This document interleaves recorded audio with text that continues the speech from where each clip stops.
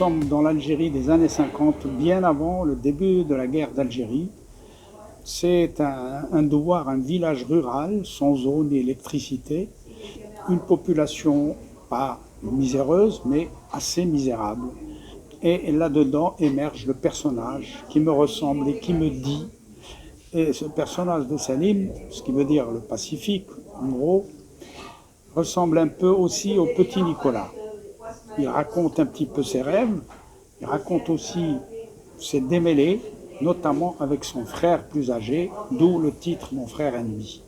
Donc tout était sujet à dispute, l'affection maternelle, le partage d'un crouton de pain, une tranche de pastèque et quelquefois aussi la séduction des filles.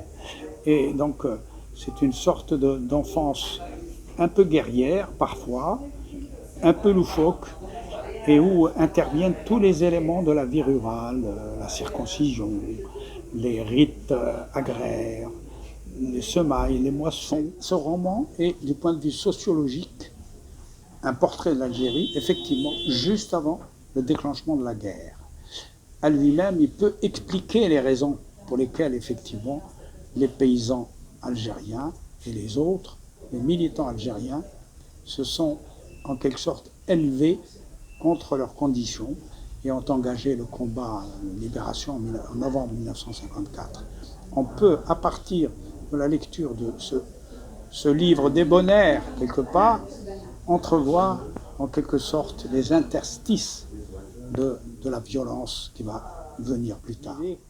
Écrit sur ton village, tu deviendras universel. Bon, je n'ai pas toute cette prétention, mais il me semble que ce roman est universel à sa manière sur l'enseignement de l'enfance, de l'aptitude de l'enfance à surmonter en quelque sorte ses peurs et ses fantasmes et quelquefois même à surmonter ses frustrations, de quelque nature qu'elles soient.